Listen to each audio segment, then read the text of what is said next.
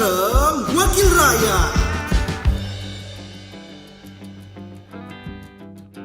Halo, Assalamualaikum warahmatullahi wabarakatuh. Sahabat Parlemen Kabupaten Tasikmalaya, kembali lagi saya Andari Krisna hadir di Citra Bakti Parlemen untuk episode yang luar biasa kali ini.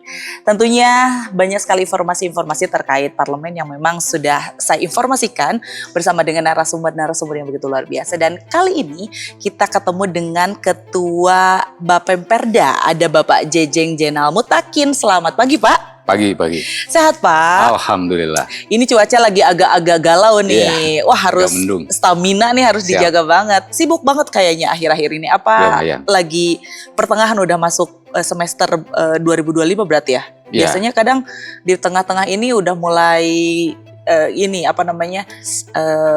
mengkaji apa yang sudah berjalan, mempersiapkan yang akan datang mungkin ya Pak ya? Oke. Kalau Bapemperda iya, karena kemarin kita ada paripurna. Oke. Di antaranya itu penyampaian rancangan peraturan daerah tentang perubahan Perda nomor 1 tahun 2024 tentang PDRD, pajak daerah dan retribusi daerah, yang kemudian ditugaskan kepada kami di Badan Pembentukan Peraturan Daerah Bapemperda. Itu kita harus melakukan perubahan, penyesuaian karena ada hasil evaluasi dari kementerian baik dalam negeri maupun Kementerian Keuangan, harus ada penyesuaian. Dan kita diberi waktu 15 hari untuk melakukan 15 hari aja nih. Iya. Ngebut dong Pak. Ya, sekarang kita berencana mau rapat. Oke, tapi sebelum rapat nih saya pengen tahu dulu. Kan ada satu perda yang keluar dan lain sebagainya, itu kan berarti dari Bapemperda.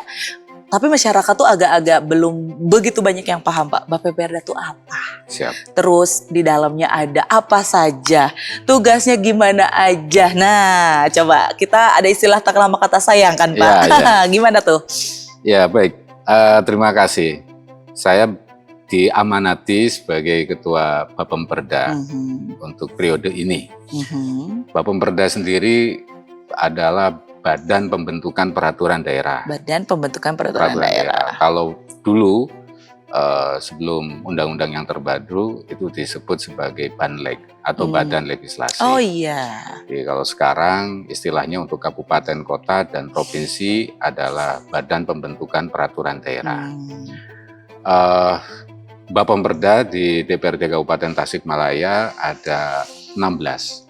Saya Jejeng Jenal Mutakin sebagai ketuanya, kemudian wakil ketuanya itu Pak Arief Arseha dari Golkar, kemudian ada anggota-anggota yang banyak.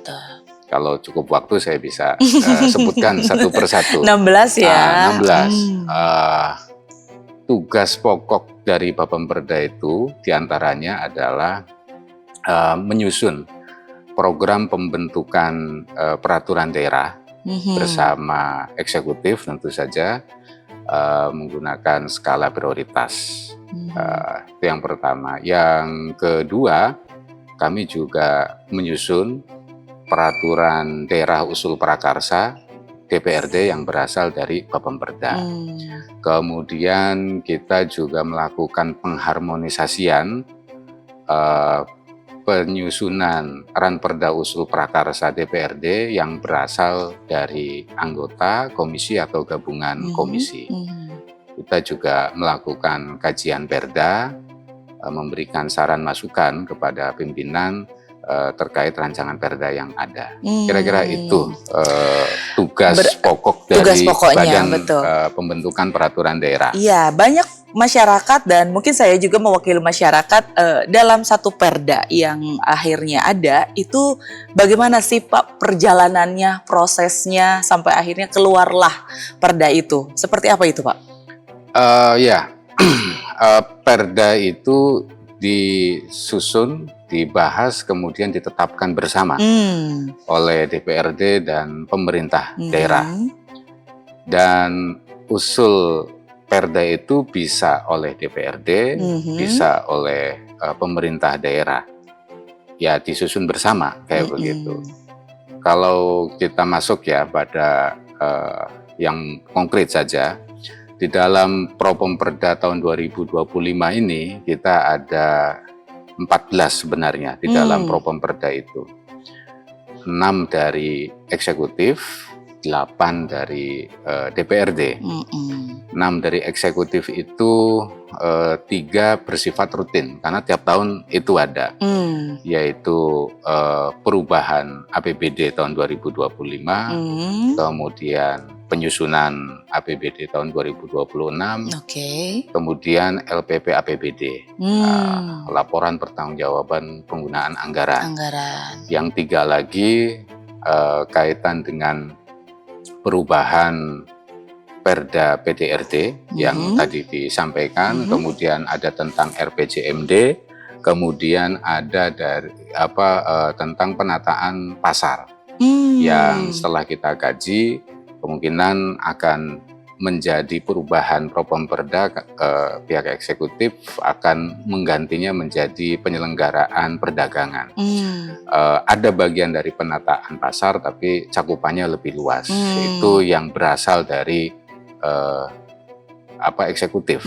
Yang berasal dari DPRD atau usul prakarsa itu ada 8. Ada 8. Tapi yang 8 ini pada akhirnya tidak bisa diteruskan semuanya.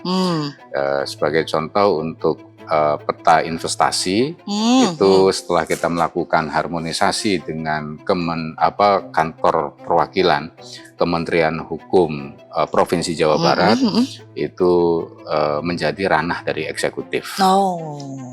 Kemudian juga tentang perlindungan koperasi itu juga tidak bisa dilanjutkan karena hasil rapat kita bersama dinas terkait dianggap itu masih relevan sehingga belum perlu ada perubahan. Yang lain belum bisa diteruskan itu karena memang kondisi anggaran yang belum memadai. Kemudian kita meminta beberapa komisi yang mengajukan 2 ranperda itu diminta 1 terlebih dahulu yang diprioritaskan. Kalau nanti dalam perubahan kita ada tambahan, ya tentu itu bisa dilanjutkan. Kalau tidak, ya kita juga akan menyesuaikan dengan ketersediaan anggaran yang ada. Berarti 2025 ini perda apa aja yang ada, Pak? Ya itu. Yang barusan yang itu barusan kan, itu. yang memang ada prioritasnya, berarti yang mana yang sedang sangat diprioritaskan? Yang paling nih dari itu kan banyak nih, Pak.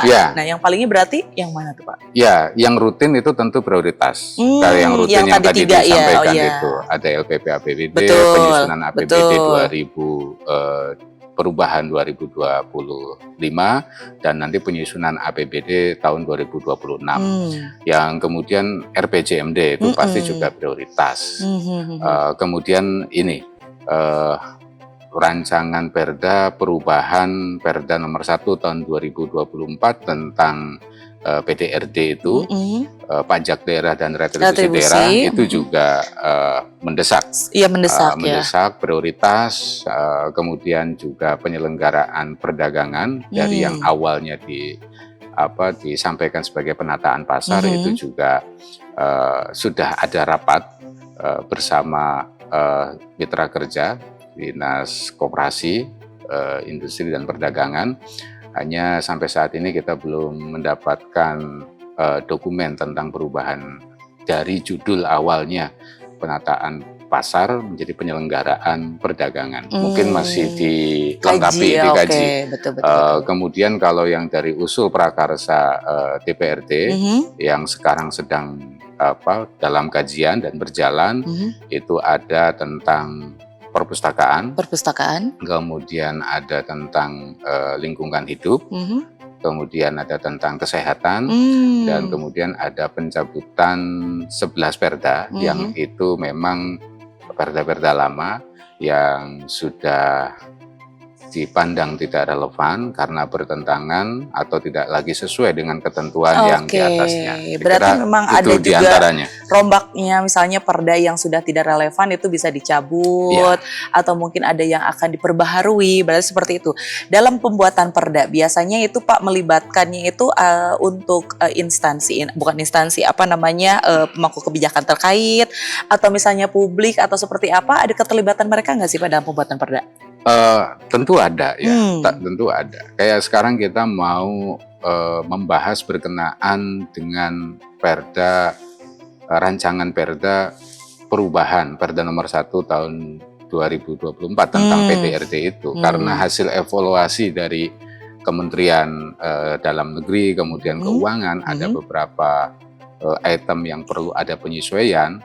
Kayak umpama PBB kayak begitu, itu kan kita juga akan mengundang dari Dinas Pemberdayaan Masyarakat dan Desa.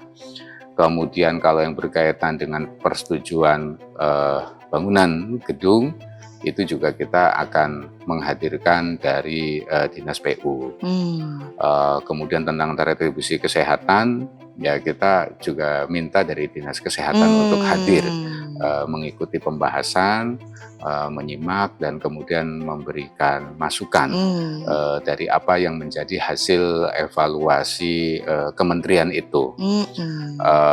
Kalau SKPD terkait pasti dilibatkan, masyarakat juga dilibatkan. Ketika kita membuat perda tentang nelayan, ya perwakilan nelayan kita juga dilibatkan. Jadi memang banyak pihak juga memang dilibatkan dalam untuk bisa membuat sebuah perda ya berarti ya Pak ya. Memang ini tidak hanya berarti satu pemangku kebijakan saja berarti ya, memang seperti itu. Dalam proses perda yang sudah mungkin berjalan, bagaimana nih caranya Bapak Perda memastikan, make sure kalau perdanya ini memang sudah sesuai dengan kebutuhan masyarakat misalnya. Seperti itu, bagaimana cara memastikannya Pak? Pertama secara ketentuan, perda itu kecuali yang rutin ya, itu harus ada naskah akademik. Artinya memang itu dikaji terlebih dahulu oleh kalangan akademisi, dipandang prioritas dan sesuai dengan ketentuan peraturan yang lebih tinggi. Itu yang pertama. Yang kedua, sebelum itu menjadi Propemperda, program pembentukan peraturan daerah, kita juga melakukan konsultasi. Ketentuannya memang demikian dengan perwakilan Kementerian Hukum Provinsi Jawa Barat untuk kemudian memeriksa ketentuan-ketentuan yang akan kita bahas itu apakah memang sudah sesuai dengan ketentuan yang lebih tinggi. Kalau semua sudah sesuai, baru kemudian ini diajukan dari Propemperda, dibahas, dan nanti di akhir ketika mau diparipurnakan penetapan, itu juga kita harus konsultasi kepada Biro Hukum Pemerintah Provinsi Jawa Barat. Jadi pada intinya mekanisme pembuatan peraturan daerah itu juga melibatkan berbagai pihak. Kayak tadi kita juga dengan SKPD, dengan masyarakat, dengan kalangan akademisi, kemudian juga dengan institusi vertikal, kita juga melakukan konsultasi. Sehingga ya insya Allah perda-perda yang kita buat tentu sudah sesuai dengan ketentuan yang ada, kayak seperti tadi melibatkan masyarakat, ya insya Allah juga sesuai dengan kepentingan masyarakat. Biasanya berapa panjang Pak proses sebuah perda itu sampai akhirnya bisa mulai diberlakukan? Kalau menurut tata tertib perubahan perda, kalau bentuknya perubahan, itu kita punya jangka waktu 6 bulan. Nah, itu harus sudah ditetapkan dalam jangka waktu 6 bulan. Kalau itu adalah perda yang baru, itu jangka waktunya 1 tahun. 1 tahun itu harus sudah selesai. Kalau lebih dari 1 tahun ya berarti dianggap tidak selesai. Ketentuannya memang demikian, tapi secara praktik sebenarnya bisa saja sebelum 6 bulan, sebelum 1 tahun, kalau sudah selesai ya kita selesaikan. Itu berarti batas maksimalnya. Batas maksimal. Berarti memang perlu pengkajian yang memang banyak pihak dan lumayan memakan waktu juga ya Pak ya untuk sampai akhirnya. Jadi tidak semerta-merta tiba-tiba keluar saja begitu saja ya Pak ya, tentunya. Nah kadang masyarakat kan sudah berpikir kenapa sih sebuah peraturan itu lama prosesnya, kadang suka kayak gitu karena memang perlu kajian yang lebih dalam. Perlu kajian, kita juga perlu konsultasi tadi dengan pemerintah yang lebih tinggi dari kita. Sebagai contoh Mbak ya, di tahun 2024 akhir kita di tanggal 2 Desember kalau tidak salah itu mulai ada pansus-pansus yang membahas 3 perda. Yang pertama itu ranperda tentang Kabupaten Layak Anak, KLA, kemudian pansus kawasan tanpa rokok, kemudian perubahan badan hukum dan jenis kegiatan atau usaha dari BPR Arta Sukapura.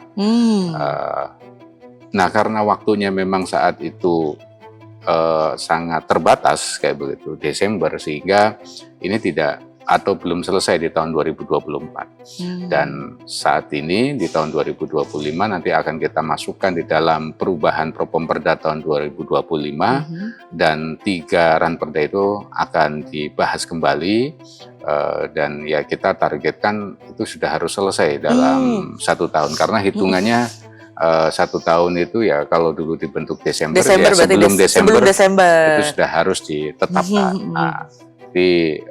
Kenapa tidak bisa ditetapkan di akhir Desember? Ya karena memang belum selesai pembahasannya dan nanti dilanjut di tahun ini. Poin-poinnya memang apa yang akhirnya nanti harus ada di perda itu ya Pak ya. Betul, sempat mendengar istilah masyarakat juga kalau sedang dibentuk kawasan ramah anak, kemudian kawasan bebas asap rokok, hal kayak gitu, dan ternyata memang ini masih menjadi penggodokan yang memang sampai akhirnya nanti bisa dikeluarkan untuk peraturan daerahnya.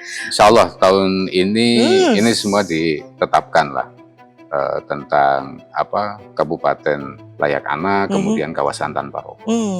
Dalam perjalanan membuat sebuah peraturan daerah Pak, pasti ada tantangannya. Ada kendalanya, ada hal yang membuat kenapa sometimes alot untuk akhirnya perda itu keluar misalnya. Tantangannya biasanya apa sih Pak? Ya ini masih dalam pembahasan ya. Masih dalam pembahasan. Ya tentu namanya kita diskusi. Ada saran masukan, ada beda pendapat dan seterusnya. Ya kurang lebih seperti itu.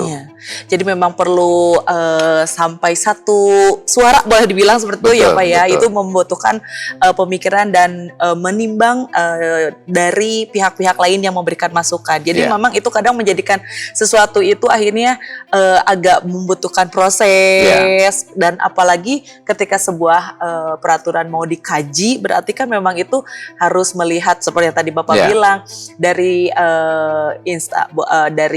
pihak-pihak terkait gitu kan, ini harus seperti apa, pertimbangan-pertimbangan seperti itu ya. Berarti memang tidak mudah ya untuk bisa akhirnya mengeluarkan perda ya Pak ya. Karena memang ini bukan sebuah peraturan yang ibaratin kamu harus pakai baju ini hari Senin, ini hari Selasa, ini peraturan seragam aja kadang suka ribet ya Pak ya, apalagi ini peraturan daerah. Tapi solusinya yang ketika misalnya ada tantangan ketika dalam pembentukan perda itu biasanya solusi yang dilakukan ada seperti apa Pak? Ya kalau memang situasinya mengharuskan ada penyesuaian ya saya kira harus ada penyesuaian. Harus ada penyesuaian. Ya saya harus masuk kepada poin yang konkret saja ya. Kayak pembahasan tentang tadi perubahan badan hukum dan kegiatan jenis kegiatan usaha dari BPR Arta Sukapura menjadi BPR Syariah kayak begitu. Nah itu kan ada berbagai ketentuan yang harus kita lakukan pengkajian.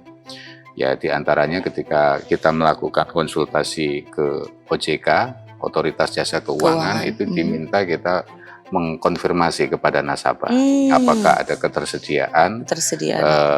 kebersediaan ya untuk kemudian ketika dia menabung dan seterusnya itu akan ada perubahan dari sisi akad kalau kemudian jadi menjadi BPR syariah. Nah, kebetulan saya sendiri hadir pada pertemuan dengan nasabah-nasabah itu. Ya menyampaikanlah pandangan dari nasabah itu, sebagian memang keberatan. Nah, karena kalau mau membuat BPR syariah ya dipersilahkan tersendiri kayak begitu. Nah itu kan nanti kembali kepada pihak pemerintah, apakah mau tetap terus kayak begitu dengan resiko kita sudah mengetahui nih pendapat dari nasabah prioritas itu seperti itu. Ya ketika ada kendala yang demikian tentu bisa dilakukan penyesuaian.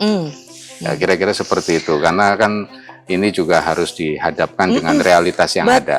Betul. Jadi memang tantangan-tantangan seperti itulah yang memang dihadapi ya Pak dalam sebuah pembentukan peraturan daerah ya. Mau itu evaluasi, mau itu revisi, mau itu pembentukan peraturan daerah baru dan sebagainya. Sejauh ini implementasi di masyarakat atau implementasi untuk Perda sendiri berjalannya sudah sesuai dengan yang diharapkan atau seperti apa Pak? Ya, di dalam Perda ini kan sebenarnya rumusan-rumusan yang bersifat umum ya. Nanti secara implementatif itu ada di dalam peraturan bupati, peraturan kepala daerah itu yang lebih implementatif. Biasanya di dalam Perda ini diberikan waktu pada kepala daerah, pada bupati untuk menetapkan peraturan bupatinya. Ya sejauh ini sebagian besar saya kira terlaksana. Sudah terlaksana dengan baik ya. Berarti ini luar biasa sekali. Dan tentunya memang kalau berbicara soal peraturan daerah ini adalah salah satu hal yang memang masyarakat juga memang harus rajin mencari tahu karena memang ternyata proses untuk menjadikan sebuah peraturan daerah ini benar-benar bisa hadir itu memang membutuhkan waktu dan ini kerja kerasnya dari Bapemperda apalagi yang sekarang 15 hari ya Pak. Dikebut dong. Dikebut banget. Kalau belum ada peraturan bupatinya, ya kita ingatkan pada pemerintah ketika ada Perda yang belum ditindaklanjuti dalam bentuk peraturan bupati. Tapi kalau sebagian, saya kira sudah berjalan dengan baik. Baik, luar biasa sekali. Terima kasih ini obrolan yang sangat benar-benar membuka wawasan sekali. Karena kalau misalnya kita berpikir ini sebuah peraturan gak apa lama sekali, ini terus aja dirapat karena memang perlu digodok dengan matang sampai akhirnya bisa benar-benar sesuai dengan harapan. Bapak sehat-sehat terus, semangat untuk 15 hari dikebutnya. Dan tentunya terima kasih sudah hadir di Citra Bakti Parlemen. Semoga memang apa yang disampaikan oleh Pak Jajeng ini benar-benar bisa membuka wawasan masyarakat juga. Dan terima kasih juga untuk yang sudah menyaksikan Citra Bakti Parlemen untuk episode kali ini. Saya pamit, ketemu lagi di episode selanjutnya. Assalamualaikum.